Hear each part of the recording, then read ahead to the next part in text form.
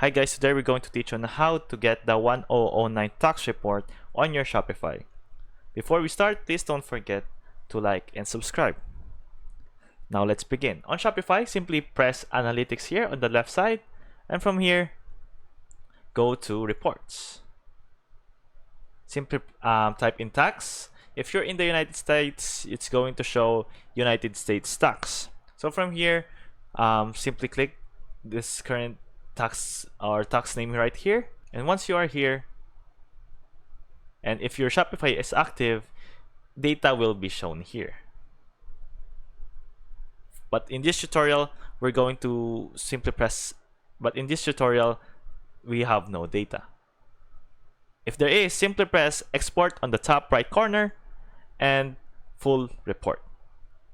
We're going to press export, and from there it will be downloaded right here. And once you open it, everything will be shown here, from sales tax to the amount. I hope this video helped, and thank you for watching.